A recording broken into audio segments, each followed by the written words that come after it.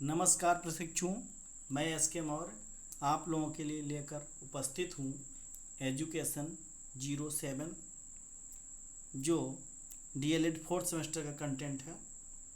आरंभिक स्तर पर भाषा एवं गणितीय क्षमता का विकास।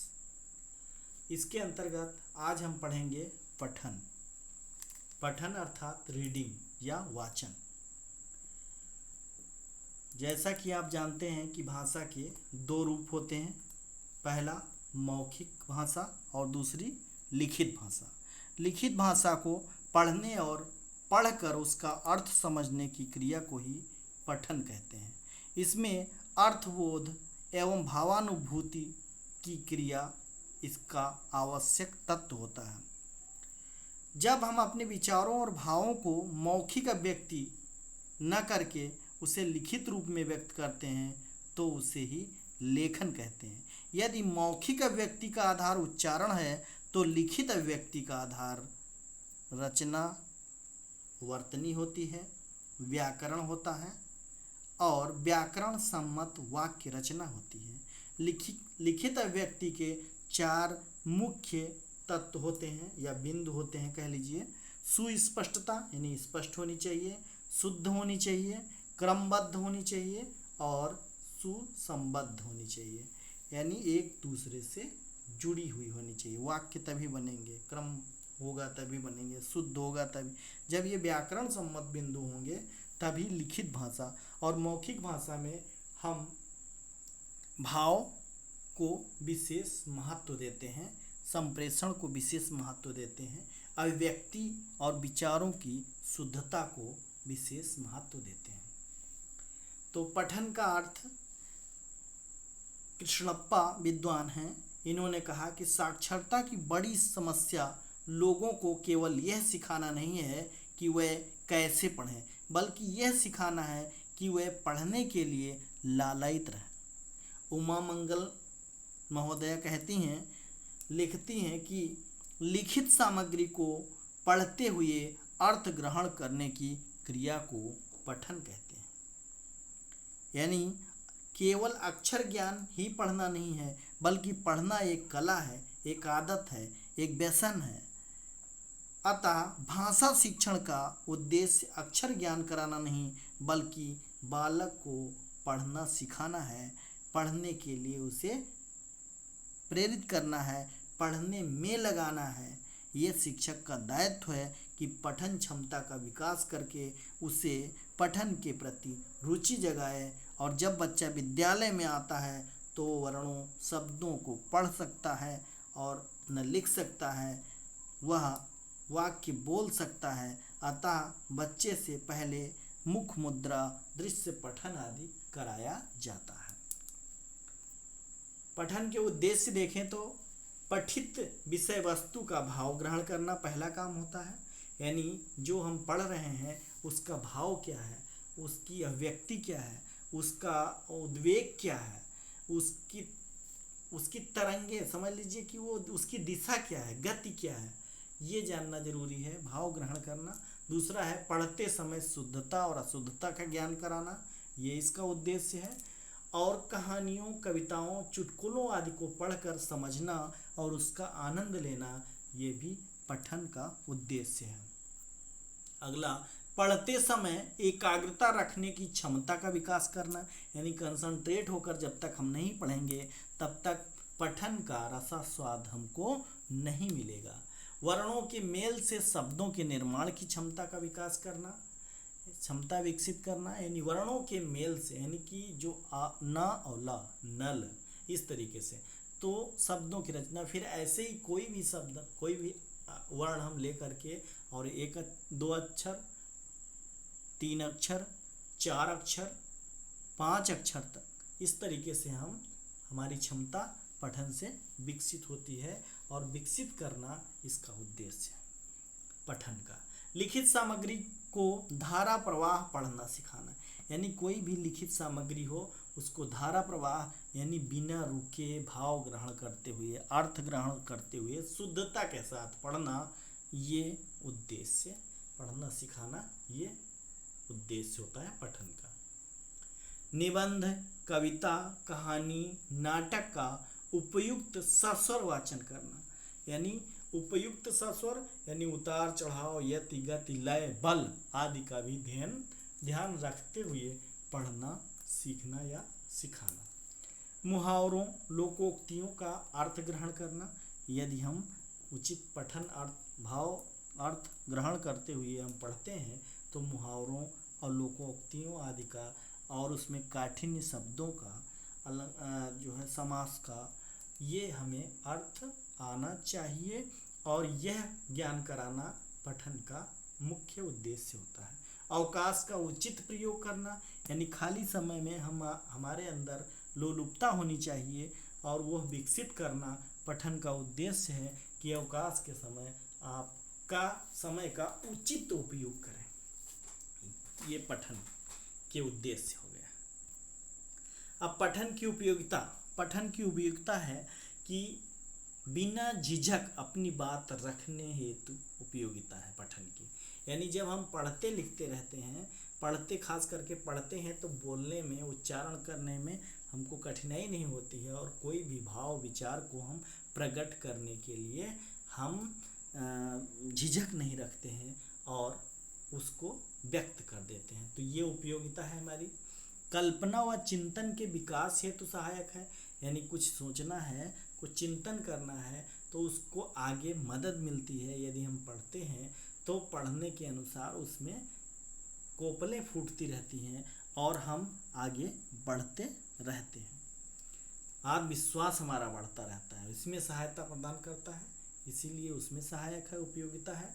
पाठ्य वस्तु से जुड़ाव हेतु, यानी यदि हम पठन करते रहेंगे तो हमारे पाठ्य वस्तुओं से हमारा जुड़ाव सदैव बना रहेगा और ये जुड़ाव हमें आगे बढ़ने में मदद करेगा, हमारे भाषा को मजबूत करने में, हमारे पठन में प्रवणता लाने में सहायक अथवा उपयोगी होगा।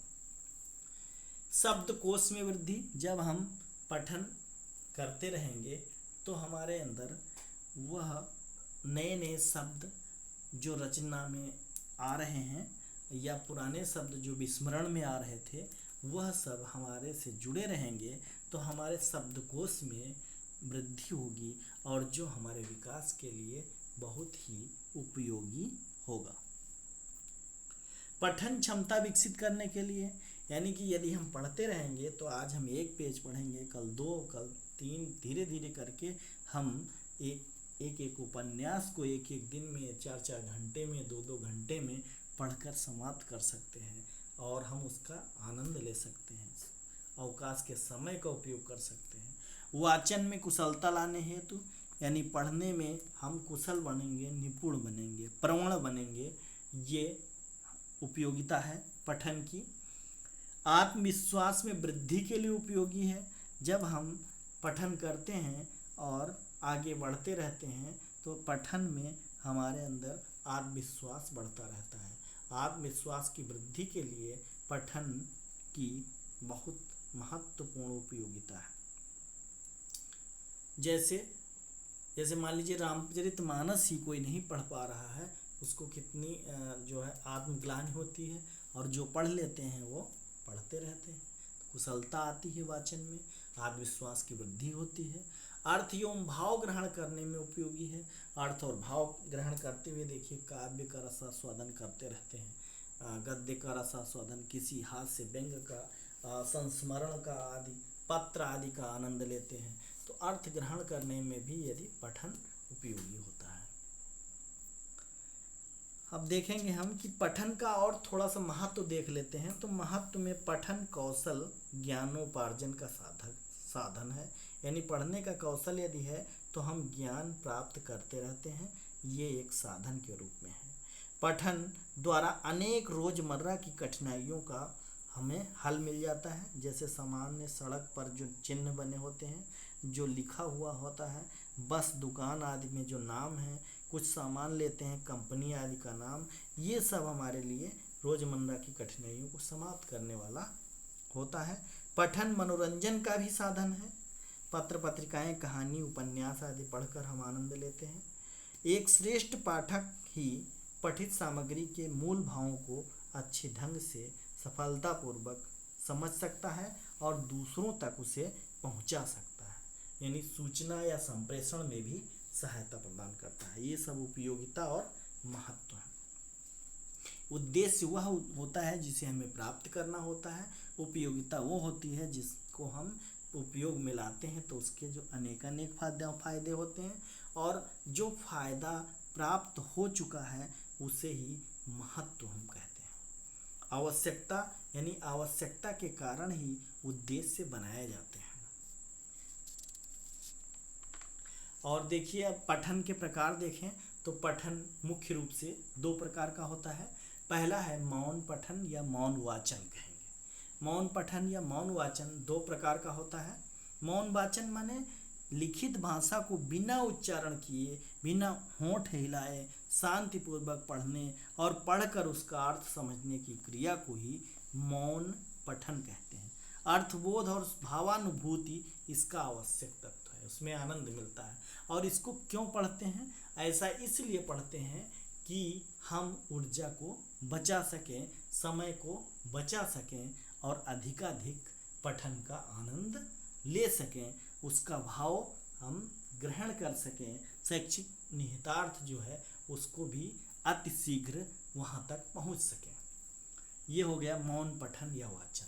ये दो प्रकार का होता है, एक गंभीर होता है और दूसरा द्रुत गति पाठन। चाहे पहले लिख दो चाहे बाद में लिखो, कोई फर्क नहीं है। द्रुत गति पाठन जो होता है वो द्रुत गति पाठन माने हम तेजी से, देखिए कोई चीज़ हम जब ढूंढते हैं अपने नोट्स में या बुक में तो हम पलटते जाते हैं पेज और पढ़ते जाते हैं, ढूंढते जाते हैं, उसमें सब कुछ ग्रहण नहीं करते, कुछ छोड़ देते हैं। यानी द्रुत गति से हम तेजी से पढ़ते हैं, ठीक, यानी जो हमें चाहिए वही खोजते हैं। और दूसरा है गंभीर वाचन। गंभीर वाचन में हम अर्थ ग्रहण विशेष रूप से ग्रहण करते हुए छोड़ते हैं, बढ़ते हैं आगे और कुछ भी नहीं छोड़ते हैं, सब कुछ हम आत्मसात करते हुए चलते हैं, उसे हम गंभीर वाचन कहते हैं। अब देखिए दूसरा प्रकार जो है पठन का वो सस्वर पठन है। ऐसे विद्वानों के मतभेद हैं, तमाम प्रकार बताया गया है, लेकिन ये मुख्य रूप से इतने ही पठन हैं और इन्हीं को अभी बताएंगे। एक आदर्श वाचन और अनुकरण वाचन भी होता है। आदर्श वाचन यानी जब आदर्श वाचन माने कक्षा में जब अध्यापक पढ़कर दिखाता है कि ऐसे बालकों आप लोगों को पढ़ना है, उसे हम आदर्श वाचन कहते हैं। और अनुकरण वाचन जब उन्हीं को देख करके बालक स्वयं पढ़ता है, और वह सामूहिक भी हो सकता है और बालक व्यक्तिगत रूप से भी पढ़ सकता है, ठीक है। तो ये हो गया आपका अनुकरण वाचन। अनुकरण हो गया अनुकरण, और दूसरा होता है आदर्श। पहला यानी आदर्श में अध्यापक पढ़ता है और अनुकरण में बालक पढ़ता है। सस्वर पठन व्यक्तिगत पठन होता है। एक सस्वर माने अकेले आप पढ़ रहे हैं लेकिन स्वर के साथ पढ़ रहे हैं। सस्वर होता क्या है? स्वर सहित पढ़ते हुए अर्थ ग्रहण करने को सस्वर पठन कहते हैं। यानी बोल बोल के पढ़ना है। जब छोटे बालक पढ़ते हैं तो बोल बोल के पढ़ते हैं, वर्णों का उच्चारण करते हुए, पहचानते हुए आगे बढ़ते हैं और गति के साथ पढ़ते हैं धीरे धीरे, तो उसी को हम कहते हैं सस्वर पठन। तो इसमें व्यक्तिगत पठन होता है, एक अकेले पढ़ना, और दूसरा सभी लोग एक साथ जब पढ़ते हैं तो समूह वाचन या पठन होता है। क्लियर? अब देखिए आदर्श वाचन, अनुकरण वाचन, ये भी एक प्रकार है। आदर्श वाचन जो होता है वो व्यक्तिगत पठन के अंतर्गत ही आएगा, क्योंकि जब आदर्श वाचन होता है तो एक व्यक्ति ही पढ़ता है, और अनुकरण वाचन जब होता है तो समूह के रूप में होता है और वो व्यक्तिगत भी हो सकता है। तो इसलिए हम ध्यान दें, इतने प्रकार के मुख्य वाचन होते हैं। और बाकी वाचन देखें तो बहुत प्रकार के वाचन हम कहते हैं। मुद्रा भाव वाचन, यानी कि जब हम पठन करें तो चित्रों को देखें और उस प्रकार की मुद्रा का अनुभव करें, अनुभूति करें, तो ये मुद्रा भाव पाठन है। दृश्य पाठन यानी कि बच्चों को भ्रमण पर ले जाएं और दृश्यों के बारे में पूछते रहें और उनसे बात करते रहें, तो वो जो पठन होगा वो दृश्यवाचक या दृश्य पठन कहलाएगा। अभिनय पठन जैसे हंसना, रोना, गिरना, उड़ना, डरना, फटफटिया, पशु पक्षियों, बोलियों, अभिनय, इस तरीके से कोई भी शब्द, नए शब्द भी बन जाते हैं और ग्रहण भी किए जाते हैं भाव उनके, ऐसे पठन को हम कहते हैं अभिनय पठन। इसमें बच्चे विशेष रुचि लेते हैं। चित्र पठन, जब चित्र दिखाते हैं और उसको पढ़ते हैं, ये तोते का चित्र दिखाया तो वो बालक बोलता है ये सुग्गा है, ये पट्टू है, ठीक है, जो नाम उसको बताया गया होगा क्षेत्रीय भाषा में वो धीरे धीरे उसको जानेगा और ये पक्षी है आदि आदि उससे विषय में संबंधित ज्ञान अर्जित करेगा। अक्षर पठन, अक्षर पठन जैसे अक्षर पढ़ाया जाता है, अक्षर पठन में जैसे आ से अनार, तो आ पर जोर दिया जाता है अनार, ठीक, इस तरीके से हम इसको अक्षर पठन ये प्रकार। शब्द पठन, न ल नल, का ल कल, खाव ल खल, बस इसका अर्थ ग्रहण करना बताना, ये सब आपका पठन। मात्रा पठन जैसे 12 खड़ी होती, कक्का, किक्की, केका, कोका, कंका, इस तरीके से जो भी है आपको 12 खड़ी सिखाया जाता है और इसमें जो अक्षर जो मात्रा है उन पर जोर दिया जाता है। मात्राओं को अलग लिख कर दिखाया जाता है कि इसका मात्रा ये हो गया, इसका मात्रा ये, इसका मात्रा ये, इस तरीके से पठन के प्रकार हैं। डिटेल में बता दिया है, ध्यान रखने योग्य बातें हैं ये। अब पठन शिक्षण की विधियां कौन कौन सी हम देखेंगे। पठन शिक्षण की विधियां हैं, पहला है अक्षर बोध विधि। अक्षर बोध विधि में हम आ ई उ का खा गा घा आदि ये सब पढ़ते हैं और ये अक्षर ज्ञान जब कराया जाता है, ये पहली विधि है और इसमें स्वर और व्यंजन को अलग कर दिया जाता है और स्वर को व्यंजन को मिला करके फिर शब्दों का जोड़कर वाक्य बनाना सीखते हैं, शब्द बनाना सीखते हैं। जैसे फिर सब वर्ण से वर्ण मिलाकर शब्द बना देते हैं और शब्द से शब्द बनाकर हम वाक्य बनाने का प्रयास करते हैं। यही शिक्षण का क्रम है, वर्णाक्षर, शब्द और वाक्य, ये आपका। लेकिन ये इसमें ध्यान रखने योग्य बात यह है कि यदि हम स्वदेशी भाषा या क्षेत्रीय भाषा सीखते हैं तब हम इसका क्रम उल्टा हो जाता है, यानी पहले हम वाक्य सीखते हैं स्वदेशी में, यानी हम जब क्षेत्रीय भाषा सीखेंगे तो क्या करेंगे, पहले वाक्य सीखते हैं, फिर शब्द सीखते हैं, फिर वर्ण सीखते हैं, यानी फिर धीरे धीरे व्याकरण की तरफ जाते हैं। लेकिन यदि हम विदेशी भाषा अंग्रेजी सीखते हैं तो हमने क्या क्या सीखा, ABCD पहले सीखा और फिर धीरे धीरे करके सेंटेंस बनाना सीखा, ठीक है। तो यानी कि विदेशज की जो पढ़ने की तकनीकी है वो अलग है, लिखने की तकनीकी अलग है और देश की अलग है। दूसरा है कहानी विधि। कहानी विधि क्या होती है, इसमें हम संपूर्ण वर्णमाला के अक्षरों से मिलाकर एक कहानी बनाना बच्चों को सिखाते हैं और कहानी से बच्चों को विशेष लगाव होता है और उसमें पढ़ने में रुचि लेने लगते हैं। शब्द शिक्षण विधि, शब्द शिक्षण विधि में हम दिखाते हैं, चित्र दिखाते हैं और पापा, मामा, चाचा, दादा, नाना आदि ऐसे विधि से मनोरंजक प्रकार से मनोवैज्ञानिक रूप से प्रयोग करते हैं और देखने और कहने को कहते हैं ये नेहरू चाचा हैं, ये गांधी जी हैं। धीरे धीरे करके गांधी किससे लिखा जाएगा, नेहरू किससे लिखा जाएगा आदि आदि इसका विश्लेषण करते हैं। यह एक प्रकार की विश्लेषण विधि है क्योंकि इसमें चित्रण की सहायता से शब्द सिखाते हैं, यह सहचर्य विधि भी इसको कहते हैं। इस विधि में अपनी सीमाएं हैं और क्रियात्मकता भी है, भावात्मकता भी है और ये लेकिन ये चित्र केंद्रित है, इसीलिए इसको हम कहते हैं शब्द चित्रण या शब्द शिक्षण विधि। देखो और कहो।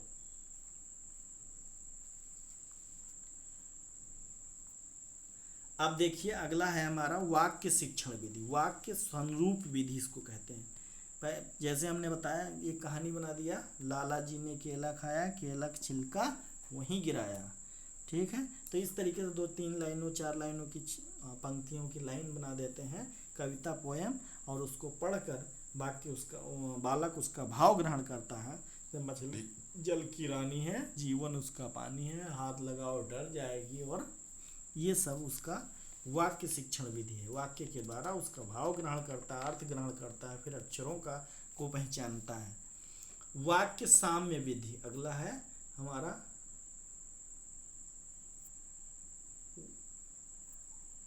हाँ, शब्द शिक्षण विधि हो गया। अब लिखेंगे, हाँ देखेंगे, वाक्य शिक्षण विधि। वाक्य शिक्षण विधि कहिए चाहे वाक्य साम्य विधि कहिए, इसमें सुरेश, महेश, कर्म, मर्म, है ना, शर्म, इस तरीके से हम जो समान ध्वनि वाले शब्द हैं उनका उच्चारण करते हुए और हम सिखाने का प्रयत्न करते हैं। यद्यपि विद्वानों ने इसे दोषपूर्ण विधि बताया है, क्योंकि इसमें पठन शिक्षण की विधि जो है वो अधूरी है, इसमें केवल ध्वनि पर बल दिया जाता है, इसलिए इसको अपूर्ण स्वीकार किया गया है। फिर है सहचर्य विधि। सहचर्य विधि यह विधि होती है, इसको मेरियम मोंटेसरी ने इसको दिया है, हिंदी शिक्षण में इसका उपयोग होता है। इसमें वस्तुओं के नाम के कार्ड बना दिए जाते हैं और कार्ड बालकों को दिखा दिया जाता है, वस्तुओं को पहचान कराया जाता है और उसके बाद कार्डों को मिक्स करके उन्हें बांट दिया जाता है और कहा जाता है कि प्यारे बच्चों, आप जो वस्तु का जो चित्र है, जो नाम है, वो उस वस्तु पर, उस सामग्री पर रखो। और बालक उसको पहचानने में जो गलती करता है तो शिक्षक उसको बताता है और इस प्रकार से 2, 4, 6 बार प्रक्रिया करने से वह उस अक्षर को, उस वस्तु को पहचान लेता है। यह मनोवैज्ञानिक विधि है और इसको उचित माना गया है। संयुक्त विधि। संयुक्त विधि में क्या किया जाता है कि सब कुछ, संयुक्त विधि में सब कुछ देख लिया, सब कुछ मिलाकर जितनी विधियां बताई गई हैं उनमें सब कुछ प्रयोग करते हुए हम सिखाने का प्रयत्न करते हैं और खेल विधि में, विधि द्वारा खेल विधि का प्रयोग कर इसमें मतलब सहायता लेते हैं। खेल विधि से सहायता लेकर के इसमें अक्षर बोध प्रणाली, शब्द विधि, वाक्य विधि आदि सब का प्रयोग करते हुए हम सिखाने का प्रयत्न करते हैं और ये बहुत ही उपयोगी होती है। सॉरी, हाँ, अब देखेंगे हम सस्वर पठन के तत्व। सस्वर पठन के जो तत्व हैं वो, सस्वर पठन अर्थात आप ये भी देखा आपने, जब स्वर सहित हम पढ़ते हैं, अर्थ ग्रहण करते हुए पढ़ते हैं, तो उसमें हम देखेंगे कि क्या है। उचित पठन आसन एवं मुद्रा होनी चाहिए। उचित आसन एवं मुद्रा का मतलब है मुख मुद्रा, यानी कि आप सीधे खड़े हों और 90 डिग्री का कोण बनाते हुए, फिर कम से कम 30 या 35 सेंटीमीटर की दूरी पर किताब आपकी हो, किताब को पकड़ने का ढंग है, और भावानुसार हाथ, पैर, नाक, सिर, भौं आदि का अंगों का संचालन करें और सहज भाव प्रदर्शन करें। ये है आपका उचित पाठन या आसन या मुद्रा। ये पहला तत्व है। दूसरा है स्पष्ट उच्चारण, यानी उच्चारण भी स्पष्ट हो, यानी स्पष्ट का मतलब होता है जो अक्षर आप बोल रहे हैं उस अक्षर का वास्तव में वही ध्वनि है वो होना चाहिए। शुद्ध उच्चारण हो। शुद्ध उच्चारण में ये ध्यान दिया जाता है कि अर्थ की प्रगति और शुद्ध लेखन दोनों पर निर्भर करता है, दोनों बातें इसमें ध्यान में रखी जाती हैं। उचित ध्वनि निर्गम, यानी कि जहाँ से ध्वनि निकालना है, जैसे अनुस्वर है या अनुनासिक है, ओष्ठव्य है, दंतव्य है, तालव्य है, जो भी आप जहाँ से जो स्वर यंत्र है वो जहाँ से ध्वनि निकलने वाला है, ओष्ठव्य है, तो जैसे जैसे निकालना है ध्वनि वहीं से निर्गम होना चाहिए, जिसका ध्यान रखें। ये आवश्यक तत्व सस्वर पठन का है। मौन स्वर में तो ओंठ हिलाना नहीं, जीभ हिलाना नहीं है, तो कोई उसका मतलब, उसका तत्व नहीं है। बल। बल क्या होता है, हमने बताया था कि पठन करते समय आवश्यक शब्दों पर बल देना भी जरूरी है। शिक्षक को आदर्श पठन करते समय इस बात का विशेष ध्यान रखना चाहिए, क्योंकि जो जैसा पढ़ेगा वैसे अनुकरण वाचन में बालक भी पढ़ेगा और अर्थ में अंतर हो जाएगा। जैसे मान लीजिए हम बोल दें नहीं समझे, नहीं समझे या नहीं समझे, यानी जिस तरीके से हम बल देंगे उस प्रकार से उनके अर्थ और भाव में अंतर आएगा। धैर्य। धैर्य भी पठन का बहुत महत्वपूर्ण तत्व है। पठनकर्ता को सदैव धैर्य के साथ उचित गति से पठन करना चाहिए। उचित गति यानी बहुत धीमे ना हो और बहुत तेजी से ना हो, और लेकिन अर्थ ग्रहण में बाधा ना हो। तब उसी को हम धैर्यपूर्वक पढ़ना कहते हैं। स्वर की मधुरता, रामचरितमानस देखिए कई लोग पढ़ते हैं तो धैर्य नहीं है, आगे बढ़ते भागते चले जाते हैं। कोई लोग धैर्य के साथ जब पढ़ते हैं तो उचित गति और लय के साथ बराबर पढ़ते जाते हैं, तो अर्थ ग्रहण में कठिनाई नहीं होती है, श्रोता को भी कोई कठिनाई नहीं होती है। स्वर की मधुरता यानी स्वर की मधुरता अर्थात सुस्वरता यानी सुंदर ध्वनि होनी चाहिए, भाव के अनुसार वाक्य होने चाहिए और शब्दों के स्वर का उतार चढ़ाव भी दिखाना चाहिए, वाणी की मधुरता प्रदर्शित होनी चाहिए, आरोह अवरोह यानी कि उतार चढ़ाव, जैसे गीत गाते हैं नहीं तो हम चढ़ते हुए जाते हैं फिर उतरते हुए आते हैं, तो इसी को कहते हैं आरोह अवरोह। जैसा भाव है, क्रोधित होते हैं तो बड़ी तेजी से बोलते चले जाते हैं, उचित हो फिर आराम से बोलते हैं, यदि याचक होगा तो दूसरी तरीके से भाव ग्रहण करता है। नाटक यदि पढ़ते हैं हम तो इसी प्रकार तो पढ़ेंगे, इसी को हम स्वरता या सुस्वरता कहते हैं। श्रोता के दृष्टि से भी ये जरूरी है कि श्रवण में वो रुचि ले, ये ऐसा नहीं करोगे यानी ड्रामा देखने गए हो और यदि वो पठन कर रहा है तो यदि उचित गति लय सुस्वरता धैर्य बल आदि यति गति का प्रयोग नहीं करता है तो आपको आनंद नहीं आएगा।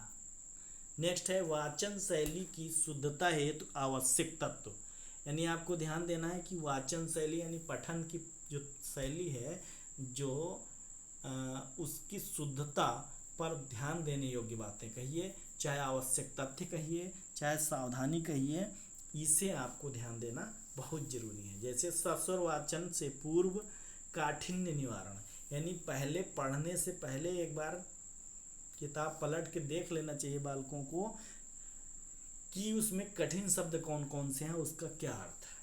हो सके तो पेंसिल से अंडरलाइन करें या आप एक पुस्तक पर अपने नोटबुक पर उसके लिख लें और उसका मानी यानी कि उसका अर्थ याद कर लें या लिख लें। ये थोड़ा प्राइमरी स्तर का, प्री प्राइमरी में नहीं और आगे थोड़ा 3 4 5 में ऐसा कर सकते हैं। इसी को कहते हैं काठिन्य निवारण। ये तो आवश्यक सावधानी है, कर लेना चाहिए जिससे पठन में कोई आपको दिक्कत परेशानी असुविधा बाधा उत्पन्न न होने पाए। पठन में ध्यान का केंद्रीकरण होना जरूरी है, यानी ध्यान यदि केंद्रित करके आप नहीं पढ़ रहे हैं तो पठन का अर्थ ग्रहण करने में आपको कठिनाई होगी और सस्वर पठन में श्रोताओं को भी समस्याएं आ सकती हैं। शिक्षक द्वारा वाचन की शुद्धता का ध्यान, यानी शिक्षक जब आदर्श वाचन करे तो उस वाचन में शुद्धता का ध्यान रखे। यदि शुद्धता का ध्यान नहीं रखता है तो अनुकरण वाचन में कठिनाई आ सकती है या आएगी ही। अनुकरण पर विशेष ध्यान, यानी अनुकरण वाचन जब बालक कर रहे हों तो अध्यापकों को चाहिए कि उस पर विशेष ध्यान दें और जहाँ त्रुटियां हों वहाँ सुधारने का यत्र तत्र सर्वत्र प्रयास करें। ये हमारा हो गया जो शुद्ध पठन शैली के लिए ध्यान देने योग्य बातें। सार तत्व में हम जब बताएं तो पठन क्या होता है, यानी जब भाषा के 2 रूप हैं मौखिक और लिखित भाषा को पढ़ने और पढ़कर समझने अर्थ समझने की क्रिया को ही पठन कहते हैं। कृष्णप्पा महोदय ने कहा कि साक्षरता की बड़ी समस्या लोगों को केवल यह सिखाना नहीं है कि कैसे पढ़ें, बल्कि यह सिखाना है कि पढ़ने के लिए लालायित रहें, यानी कि पढ़ने के लिए प्रेरणा भरना। उमा मंगल महोदया ने कहा कि लिखित सामग्री को पढ़ते हुए अर्थ ग्रहण करने की क्रिया को ही पठन कहते हैं। पठन का उद्देश्य क्या है? पढ़ते समय शुद्ध उच्चारण अशुद्ध उच्चारण में अंतर प्रकट कर सकें, मुहावरे लोकोक्ति का अर्थ ग्रहण कर सकें, निबंध कविता कहानी आदि का उपयुक्त सस्वर वाचन कर सकें, पठित वस्तु का केंद्रीय भाव ग्रहण कर सकें, वर्णों के मेल से शब्दों के निर्माण की क्षमता का विकास कर सकें। ये सब उद्देश्य है। करना कहिए लिखित सामग्री या विषय वस्तु को धारा प्रवाह रूप से पढ़ सकें। इसको उद्देश्य में लिखेंगे तो पढ़ना। उपयोगिता में लिखें तो बेझिझक अपनी बातों को कहने के लिए, कक्षा में ठहराव के लिए, कल्पना व चिंतन शक्ति के विकास के लिए, आत्मविकास में वृद्धि के लिए, अर्थ व भाव ग्रहण करने के लिए। पठन का महत्व देखें तो ज्ञानोपार्जन में सहायक है, रोजमर्रा की कठिनाइयों को समाप्त करने वाला है। पठन मनोरंजन का साधन है और श्रेष्ठ पाठक वही है जो मूल भावों को सफलतापूर्वक दूसरे तक भी पहुंचा सकता है। पठन के प्रकार देखें तो पठन के 2 प्रकार मुख्य रूप से मैंने बताया। कौन कौन से? पहला दिखा दें आपको, कहिए तो। पहला आपका है मौन पठन, दूसरा सस्वर पठन। मौन पठन या वाचन, इसमें गंभीर वाचन और द्रुत गति पाठन है।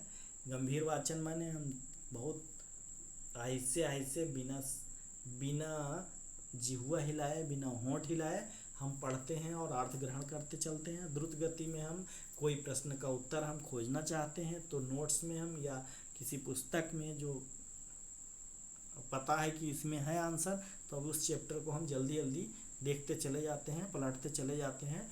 उसी पाठन को हम वाचन को द्रुत गति पाठन कहते हैं। सस्वर पाठन यानी व्यक्तिगत।